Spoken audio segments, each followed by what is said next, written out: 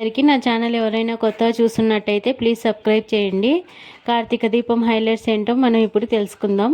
కార్తీక్ ఎంత చెప్పినా దీప కడుపులోని బిడ్డను వదులుకోవడానికి దశరథ ఒప్పుకోడు. బిడ్డను చంపాలని అనుకున్న నీకు పారిజాతం పిన్నికి తేడా ఏంటని ప్రశ్నిస్తాడు దశరథ. అత్త ప్రాణాలు కాపాడడానికి మరో దారి ఉంటే బిడ్డను ఎందుకు వదులుకుంటామని కార్తీక్ ప్రశ్నిస్తాడు. భార్య ప్రెగ్నెంట్ అని తెలిస్తే ఆ బిడ్డను ఎప్పుడెప్పుడు చూడాలి, ఎప్పుడెప్పుడు గుండెలకు హత్తుకోవాలి, తండ్రి 1000 కళ్ళతో ఎదురు చూస్తుంటాడు.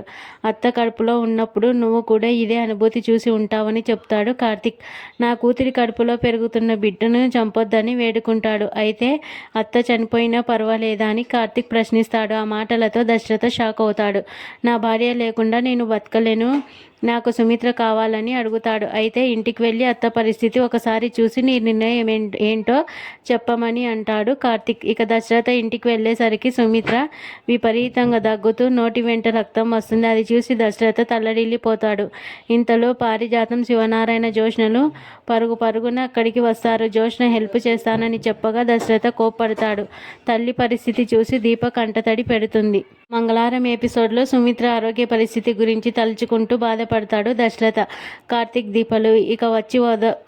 దీపలు వచ్చి ఓదారుస్తారు. నా కూతురి బాల్యాన్ని నా మనవరాలి ద్వారా తిరిగి పొందాలని అనుకున్నా, నా కూతురి అల్లరి చిన్నారిలో చూడాలని కలలు కన్నా, అన్నిటికీ మించి దీప కడుపులో పెరుగుతున్నది తన తల్లేనని కాంచన నమ్ముతోందని చెప్తాడు దశరథ. అత్తను కాపాడాలంటే బిడ్డను వదులుకోవడం తప్పించి మరో పరిష్కారం లేదని తేల్చి చెప్తాడు కార్తీక్. ఇంతలో అక్కడికి వచ్చిన జోష్న పారిజాతంలో మీ ప్రాబ్లం ఏంటి, పరిష్కారం ఏంటి అని నిలదీస్తారు. ఇక కార్తీక్ ఏదో ఒకటి చెప్పి కవర్ చేస్తాడు.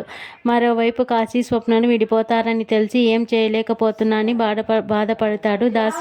నేను స్వప్నాన్ని వదిలిపెట్టనని ఆమె ఈగో చల్లారేలా చేశానని చెప్తాడు కాశీ. విడాకులు ఇచ్చినా నేను స్వప్నాన్ని మళ్ళీ ప్రేమించి ఆమెతో తిరిగి కలుస్తానని అంటాడు. ఆ మాటలతో దాస్ సంతోషిస్తాడు. ఇక దీపను ఆసుపత్రిలో చేర్పించేందుకు గాను రేపటి నుంచి 1 రోజుల పాటు మేము పనిలోకి రామని చెప్తాడు కార్తీక్. నా పర్మిషన్ లేకుండా ఈ నిర్ణయం తీసుకోకూడదని, మీరిద్దరూ 1 రోజులు ఇక్కడే ఉండాలని ఆర్డర్ వేస్తుంది జోష్న. దాంతో కార్తీక్ కట్టాల్సిన 10 కోట్ల రూపాయలు నేనే కట్టేస్తానని కార్తీక్ వదిలేయమని చెప్తాడు శివనారాయణ. ఇక కార్తీక్, దీప, దశరథ మధ్య ఏదో జరుగుతుందని పారు అనుమానంగా వచ్చి దశరథను ఫాలో అవుతుంది.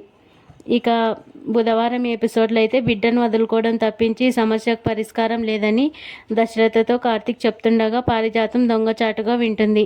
ఈ విషయాన్ని వెంటనే కాంచనకు చెప్పాలని అనుకుంటుంది. స్వప్నకి యాపిల్ తినిపిస్తూ ప్రేమగా చూసుకుంటూ ఉన్న శ్రీధర్పై కావేరి మండిపడుతుంది. కూతురు విడాకుల పేపర్ల మీద సంతకం పెట్టి జీవితాన్ని నాశనం చేసుకుంటుంది. దానిని మందలించకుండా యాపిల్స్ తినిపిస్తున్నారా అని ఫైర్ అవుతుంది కావేరి. ఏ కూతురైనాకు నాన్నే హీరో. కూతురు తప్పు చేసిందని వదిలేసుకోలేడు, ఆమెకు కొండంత ధైర్యంలో ఉండాలని చెప్తాడు. ఆ మాటలతో తండ్రిని హత్తుకుంటుంది స్వప్న. ఇక కాంచనకు పారిజాతం ఫోన్ చేసి దీప కడుపులో బిడ్డను వద్దనుకుంటోందని చెప్పడంతో ఆమె షాక్ అవుతుంది. ఇక దశరథ, దీప, కార్తీక్లు మాట్లాడుకుంటూ ఉండడంతో నేను స్వయంగా చూశానని చెప్తుంది. ఇక పారిజాతం మాటలతో దీప ప్రవర్తనపై కాంచనకు అనుమానం వస్తుంది. హాస్పిటల్లో అడ్మిట్ ఎలా అవ్వాలి, అత్తయ్యకేం చెప్పాలి అని అడుగుతుంది దీప.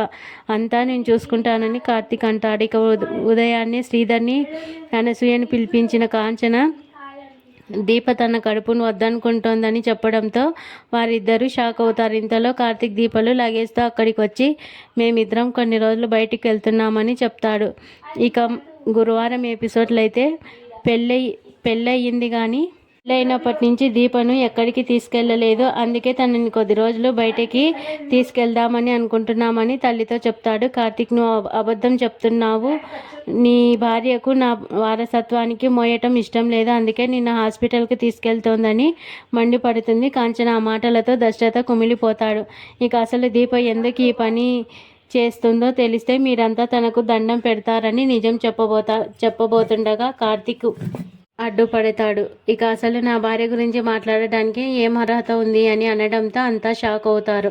ఇక మరోవైపు ఇంట్లో దశరథ శివనారాయణను కనిపించకపోవడంతో ఎక్కడికి వెళ్ళారని పారుని అడుగుతుంది జోష్న. దీప బిడ్డను చంపుకోవాలని అనుకుంటుందని పారు చెప్పడంతో జోష్న షాక్ అవుతుంది. ఇక దీప బావ, డాడీ మధ్య ఏదో జరుగుతోంది, అదేంటో తెలుసుకోవాలని బయటకు వెళ్తుంది. కాశీకి ఉదయాన్నే కాఫీ ఎపిసోడ్లో డాక్టర్ హారికను జోష్న కలిసి బోన్ మ్యారోని నేను కాకుండా ఇంకా ఎవరెవరు ఇవ్వచ్చు అని అడుగుతుంది.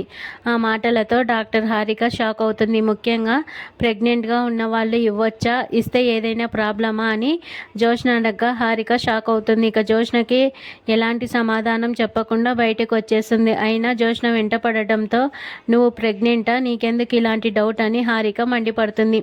తనని విసిగిస్తే దశరథ గారికి ఫోన్ చేసి చెప్తానని బెదిరించడంతో జోష్న వెళ్ళిపోతుంది. ఇక మరోవైపు తల్లి బిడ్డల్లో ఒకరిని కాపాడుకోగలమని, ఇద్దరిలో ఒకరిని కాపాడుకుంటామని కార్తీక్ అనడంతో కాంచనతో సహా అక్కడ అందరూ షాక్ అవుతారు. దీని జాతకమే అంతా, కావాలని అనుకున్నది దూరం అయిపోతుంది. కన్న తల్లిదండ్రులు కూడా దీపని కనిపించకూడదు, కనిపిస్తే వాళ్ళని దేవుడు తీసుకెళ్ళిపోతాడని అనసూయ అనడంతో దశరథ షాక్ అవుతాడు. ఇక అందరూ దీపని అనేవాళ్లే కానీ తనని ఎందుకు అలాంటి నిర్ణయం తీసుకోవాల్సి వచ్చిందో తెలుసుకోరా అంటాడు.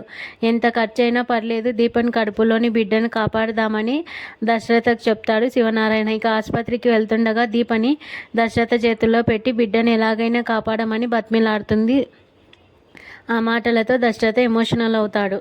ఇక శనివారం ఎపిసోడ్లో దీప, కార్తీక్, దశరథలు మాట్లాడుకుంటూ ఉంటారు.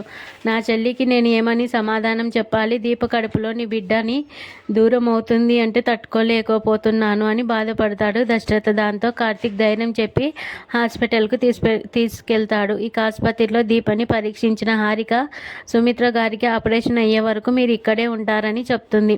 ఇక సుమిత్ర గారిని ఎప్పుడు అడ్మిట్ చేయాలో చెప్తానని కార్తీక్ జోష్నతో జాగ్రత్తగా ఉండమని హెచ్చరిస్తుంది. ఇక ఉదయం జోష్న నన్ను కలిసి ప్రెగ్నెంట్గా ఉన్నవాళ్ళు బోన్ మ్యారో ఇవ్వచ్చా అని అడిగిందని డాక్టర్ హారిక చెప్పడంతో కార్తీక్ దశరథలు షాక్ అవుతారు. ఇక ఒప్పుకుంటున్న స్వప్న కింద పడిపోతుండగా కాశీ వచ్చి పట్టుకుంటాడు. అయితే తనను వదిలేయమనడంతో స్వప్నని కింద పడేస్తాడు. కాశీ ఇదంతా చూసిన కావేరి నవ్వుతుంది. దశరథను రెచ్చగొట్టి ఎలాగైనా నిజం తెలుసుకోవాలని అనుకుంటుంది. జోష్న ఇంటికి వచ్చిన తండ్రిని మీరెందుకు దీప కోసం ఆసుపత్రికి వెళ్లారు, ఆవిడ ఈ ఇంటి పని మనిషి అని అంటుంది. దీప పని మనిషి కాదని దశరథతో వాదిస్తుండగా శివనారాయణ వచ్చి ఇద్దరికి సర్ది చెప్తాడు. ఇక తన ప్లాన్ ఫెయిల్ కావడంతో జోష్న నిరాశ చెందుతుంది. హైలైట్స్ కార్తీక దీపం అయిపోయింది.